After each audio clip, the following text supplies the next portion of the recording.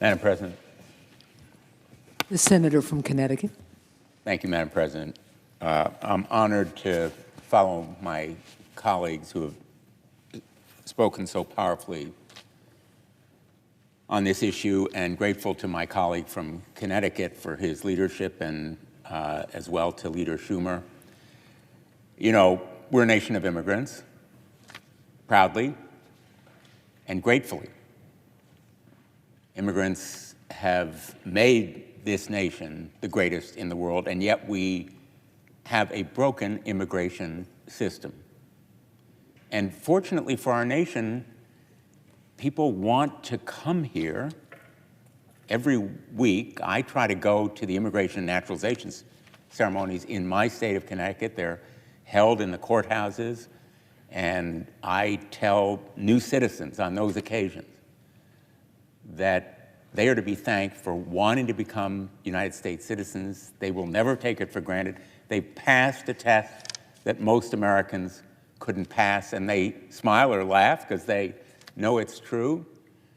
They've already contributed to their communities. Some have served in uniform, and I look at them and I say, this is what America looks like.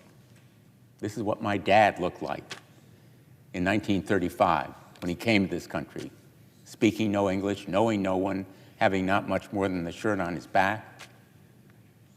My immigrant story is not unlike many in this chamber, certainly in this nation.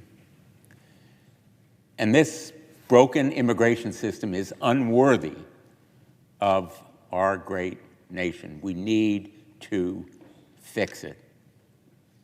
We tried with comprehensive immigration reform. In 2013, I was part of that effort and helped to write the bill that was passed overwhelmingly in the United States Senate on a bipartisan basis with support on both sides of the aisle, and never was given a vote in the House.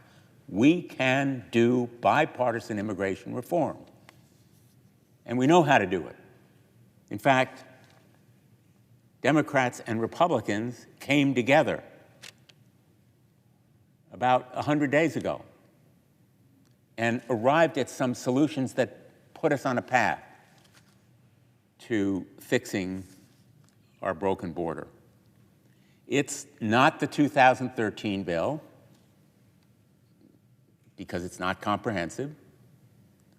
That bill provided a path to earn citizenship for undocumented people in this country, millions of them. It provided a path for dreamers.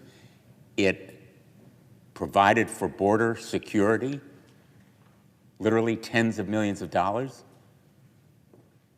and for more visas. And the bill that was negotiated 100 days ago and that should have passed 100 days ago would have begun the painstaking, laborious, difficult, complex task of immigration reform. We often hear Republicans talk about the need to secure the border. At almost every Judiciary Committee meeting that I attend, Republicans talk about the border. And they want to talk about the border so much that they actually sent us contrived articles of impeachment against a cabinet secretary for the first time in 150 years, knowing that it would go nowhere. They are making border security a political weapon. Really, it's a political stunt. And that is why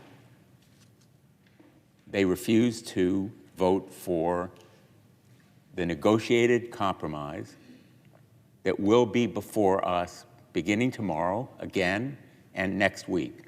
The conversation on the floor tonight is a prelude to the battle that we will have again tomorrow, and I hope next week, when we will all be given a chance to go on record.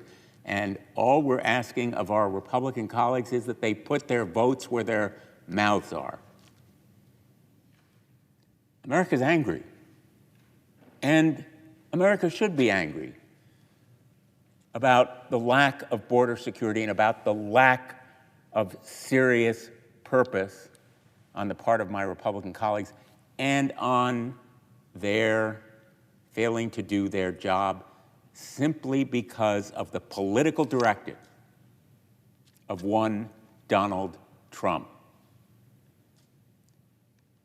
It is another example of how the cult of Donald Trump has infected our political process to the grave damage and detriment of all America.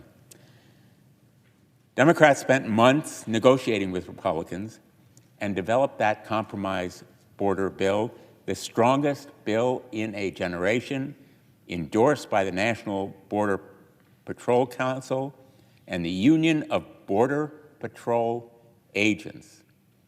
And it would have reformed our asylum system, as you've heard, and empowered the president to help manage challenges at the border.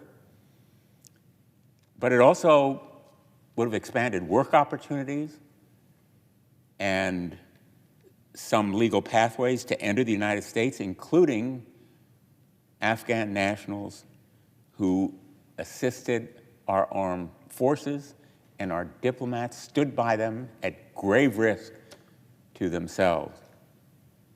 It was a tough compromise, and it limited asylum claims in ways that many Democrats and I were wary of, because it was a compromise.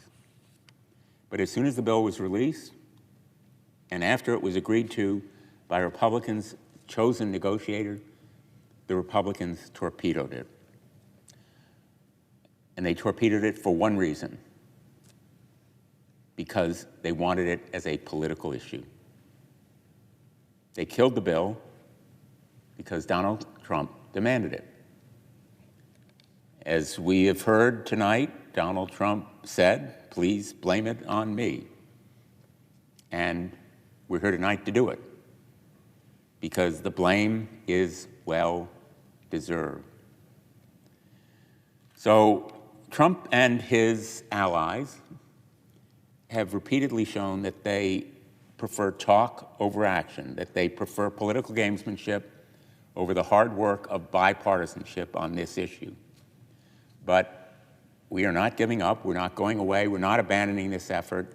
It will continue to be our work, my life's work, as the son of an immigrant, dedicated to sensible and responsible immigration reform, comprehensive reform. This bill is not the last word, but it is a start. And we will pursue bipartisan action over political gamesmanship. Republicans need to decide if they want to take action or just continue to talk. Madam President, I yield the floor.